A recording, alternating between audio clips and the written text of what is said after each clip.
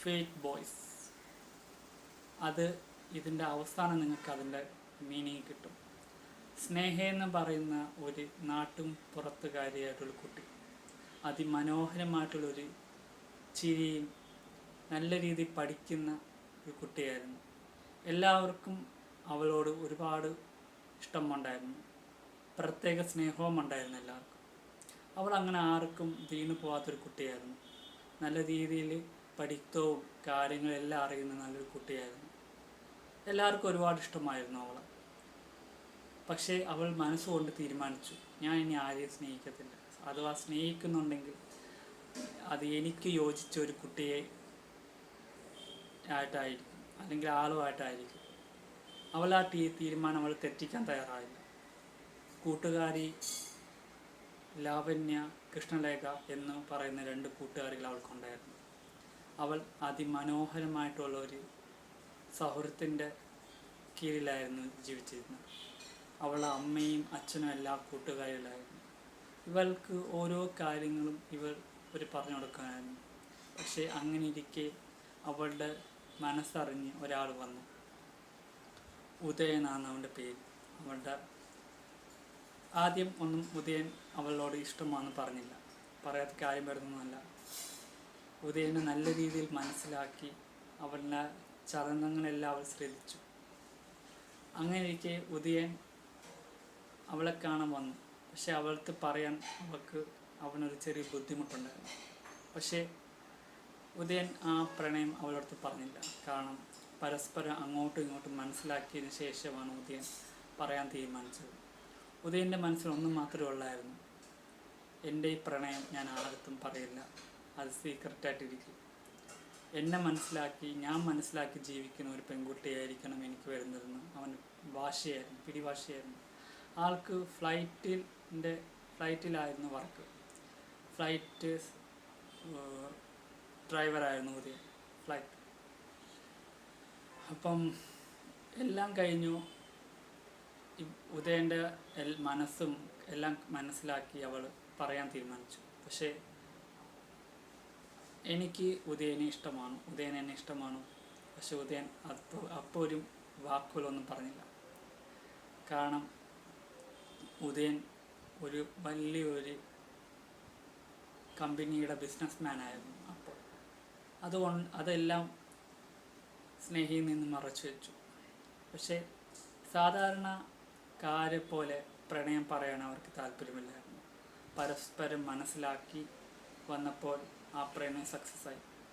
ആ പ്രണയം സക്സസ്സായപ്പോൾ അവളുടെ ജീവിതത്തിൽ ആ പ്രണയത്തിൻ്റെ വക്കിൽ ഒരു വലിയ ദുരന്തം സംഭവിച്ചു. അവർ പോലും അറിയാതെ ഒരു കൂട്ടം സൈന്യം അവരെ വട്ടം കൂടി. കാരണം ആണും പെണ്ണും എല്ലാം ഉണ്ടായിരുന്നു. പക്ഷേ ആ സൈന്യത്തിനകത്ത് ഒരുത്തം ഉണ്ടായിരുന്നു, ജീവൻ എന്ന് പറയുന്നൊരു വില്ലൻ. അവൻ പറഞ്ഞു, നിൻ്റെ ഒന്നും പ്രണയിക്കും ഇവിടെ വിജയിക്കാൻ പോകുന്നില്ല, പക്ഷേ ഉദയനെ ഞാൻ കൊല്ലും. അത് സ്നേഹ ചോദിച്ചു, നിങ്ങൾ എന്തിനാ ഞാൻ സ്നേഹിക്കുന്ന എൻ്റെ ഏട്ടനെ കൊല്ലുന്നത്? നിങ്ങൾക്കെന്താ അർഹത? നിങ്ങളെൻ്റെ ചേട്ടനാണോ അല്ലെങ്കിൽ ആങ്ങളെയാണോ? അല്ലല്ലോ, ഞാൻ ഇന്നേ വരെ വന്നത് ഒറ്റയ്ക്കല്ലേ. അപ്പം ജീവൻ പറഞ്ഞു, അതൊന്നും എനിക്കറിയത്തില്ല, പക്ഷേ ഇവൻ ഒരു പക്ക ഫ്രോഡാണ്. എന്താ ഉദയ നീ കേൾക്കുന്നത്? നീ പറയുന്നത് ശരിയാണോ? ഈ ജീവൻ പറയുന്നത് ശരിയാണോ ഉദയ? ആണ് സ്നേഹ, പക്ഷേ നിന്നെ ഞാൻ ചതിക്കുകയായിരുന്നു.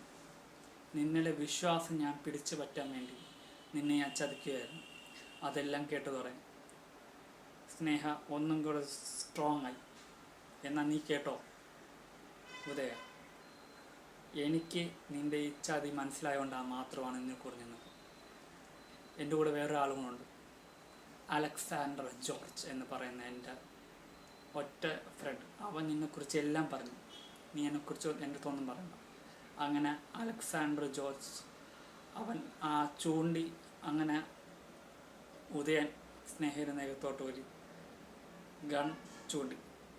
ആ കണ്ണ് പിടിച്ച് കറങ്ങിയെടുത്ത് പിടിച്ച് വാങ്ങി ഫൈറ്റ് ആരംഭിച്ചു. രക്തം വാർന്നു ഒലിച്ചു ഉദയൻ്റെ കണ്ണിൽ നിന്ന്. പക്ഷേ അലക്സാണ്ടർ പറഞ്ഞു, നിങ്ങൾ ഈ കാണിക്കുന്ന ദ്രോഹത്തിന് നിങ്ങൾക്കൊരു ദിവസം നിങ്ങൾ അനുഭവിക്കും. നിങ്ങൾ എൻ്റെ ഫ്രണ്ടിനെ ദ്രോഹിച്ചതെന്ന് നിങ്ങൾ അനുഭവിക്കാൻ പോകുന്നതേ ഉള്ളൂ. മോളെ, അലക്സാണ്ടർ പറഞ്ഞു, മോളെ നിൻ്റെ അടുത്ത് അന്നേ പറഞ്ഞല്ലേ ഈ പ്രണയമെല്ലാം ഫേക്കാണ്, ഇവന്മാരെല്ലാം കള്ളം പറയണം. പക്ഷേ അലക്സാണ്ടർ അറിയാതെയും ഉദയനറിയാതെയും ഉദയൻ്റെ ഫ്രണ്ട് ജീവാനന്ദ അറിയാതെയും അവൾക്കൊരു അതിമനോഹരമായിട്ടൊരു പ്രണയം ഉണ്ടായിരുന്നു. കാരണം അത് പ്രണയമൊന്നുമല്ല പറയേണ്ടത്, അതിന് പറയുന്ന കാര്യമാണ് ഫ്രണ്ട്ഷിപ്പ്. ജോൺ വർഗീസ് എന്നാണ് അവൻ്റെ പേര്. അതിമനോഹരമായിട്ട് ആണ് അവളും സ്നേഹയും ജോൺ വർഗീസുമായിട്ട് ആ ഫ്രണ്ട്ഷിപ്പ് നിന്നത്. അങ്ങനെ ഇരിക്കെ ആ ഫ്രണ്ട് കൂടെ വന്നു. നിങ്ങളാരും അറിയാതെ ഞാൻ ഇത്രയും നാളും സ്നേഹയുടെ പുറകെ ഒരു നല്ല സുഹൃത്തായിട്ട് നിന്നു.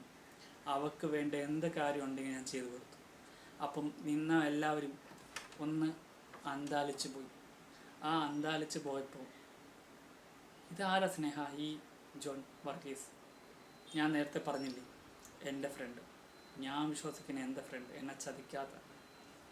നിങ്ങളൊരു ഫ്രണ്ടിനെ കിട്ടുമെങ്കിൽ നിങ്ങളും ജീവയും പോലെയുള്ള ആളല്ല അലക്സാണ്ടർ ജോൺ. അലക്സാണ്ടർ എന്ന് പറയുന്ന അലക്സാണ്ടർ ജോൺ എന്ന് പറയുന്നവൻ അലക്സാണ്ടർ വില്ലനാണെങ്കിലും അവിടാണ് ഈ അലക്സാണ്ടറിന് തെറ്റുപറ്റിയത്. അലക്സാണ്ടറിൻ്റെ അനിയനായിരുന്നു ജോൺ. അലക്സാണ്ടർ പെട്ടെന്നൊന്ന് നെട്ടിത്തരിച്ചു പോയി. എന്ത് ചെയ്യണമെന്ന് അറിയുമ്പോൾ, നീ എൻ്റെ അടുത്ത് ഈ കാണിച്ച ക്രൂരതയ്ക്ക് നീ എൻ്റെ അടുത്ത് കാണിച്ച് പറയാതിരുന്ന ഇല്ലേ ജോൺ? നിങ്ങളുടെ അടുത്ത് എങ്ങനെ പറയണം? നിങ്ങളടുത്ത് പറഞ്ഞാൽ നിങ്ങൾ ഈ ഫ്രണ്ട്ഷിപ്പ് നിങ്ങൾ കൂട്ടി നിൽക്കത്തില്ലല്ലോ. നിങ്ങൾ എന്നെയും അവളെയും കൊന്നു കളയത്തില്ല. അതുപോലെ തന്നെയാണ് പറയാം, നിങ്ങളൊക്കെ അനുഭവിക്കണം. പക്ഷേ ഞാൻ നിങ്ങൾക്ക് ശിക്ഷിക്കാൻ പോവാം, നിങ്ങൾ 3 പേര്. അതിന് എൻ്റെ സ്നേഹ എൻ്റെ ഫ്രണ്ടിനെ മാത്രം മാറ്റി നിർത്തും. എങ്ങനെ അറിയോ? നിങ്ങളെ ഒരു വണ്ടിയിലെ ബാക്കിൽ ഞാൻ ഒരു ലോക്കാക്കും. എന്നിട്ട് നിങ്ങളെ 3 പേര് ഞാൻ ഷോക്കടിപ്പിച്ച് കൊല്ലും. നിങ്ങളൊക്കെ പഠിക്കണം.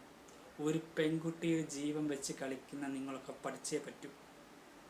ജോൺ വേണ്ട, ആവശ്യമില്ലാത്തൊന്നും വേണ്ട, കാണിക്കണ്ട എന്ന് അലക്സാണ്ടറും എല്ലാവരും ആവർത്തിച്ച് പറഞ്ഞു. പക്ഷേ ജോൺ വർഗീസ് അതൊന്നും കാര്യമാക്കില്ല. അവരുടെ ശരീരത്തിലൊരു കാന്തം ഘടിപ്പിച്ചിട്ട് അത് ഒരു റിമോട്ട് എടുത്ത് നെക്കിയിട്ട് ആ കാന്തം പോലെ സാധനം ആ വണ്ടിയിൽ ഇങ്ങനെ സ്റ്റിക്കായി ജോയിൻ്റായി. അപ്പോൾ പെട്ടെന്ന് തന്നെ അവർക്ക് തന്നെ ഒരു മേലേനൊരു സാധനം ഇങ്ങനെ വന്നു വായിലോട്ട് ടൈറ്റായിട്ട് ഇരുന്നിട്ട്, അത് വേറൊന്നുമല്ല ഷോക്ക് അടിക്കുന്നു. നിങ്ങളൊക്കെ അനുഭവിക്കണം. ഈ ഷോക്ക് അടിയിൽ നിങ്ങൾ അഹങ്കാരം തീരണം. നിങ്ങൾ എത്ര പെൺപിള്ളേരുടെ ജീവിതം ഇങ്ങനെ നശിപ്പിച്ചിട്ടുള്ള പ്രണയം നടിച്ച് നിങ്ങൾക്ക് നാണുമില്ലേ? എന്നിട്ട് ഇനി നിങ്ങൾ ഇങ്ങനൊക്കെ കാണിച്ചാൽ നിങ്ങൾക്ക് ഞാൻ തരാൻ പോകുന്ന ഇതിനെക്കാട്ടി വലിയ ശിക്ഷയാണ് എന്ന് ജോൺ പറഞ്ഞു. അലക്സിൻ്റെ അനിയൻ പറഞ്ഞു. ഈ അലക്സ് ആരാണെന്ന് നിങ്ങൾക്ക് നേരത്തെ പറയാവുന്ന കാര്യം, ഇത് നിങ്ങൾക്കൊരു കൊച്ചു സർപ്രൈസായിട്ട്. പക്ഷേ അങ്ങനെ എല്ലാം കഴിഞ്ഞു. പോലീസ് വന്നു, അറസ്റ്റ് ചെയ്യാൻ നിന്നില്ല. ഇവനെ ഈ 4 പേര് നിങ്ങൾ തൂക്കിലേറ്റിക്കൊല്ലണം. കാരണം ഒരു പെണ്ണിനും ഇതേപോലെയുള്ള അനുഭവം വരാൻ പാടില്ല. അതൊക്കെ ഞങ്ങൾ നോക്കിക്കൊള്ളാം സാർ. ആദ്യം അവർ വന്നിട്ട് ഒരു ബിഗ് സല്യൂട്ട് അടിച്ചു. കാരണം ജോൺ വർഗീസ് എന്ന് പറഞ്ഞ ആൾ ഒരു പോലീസുകാരനാണ്.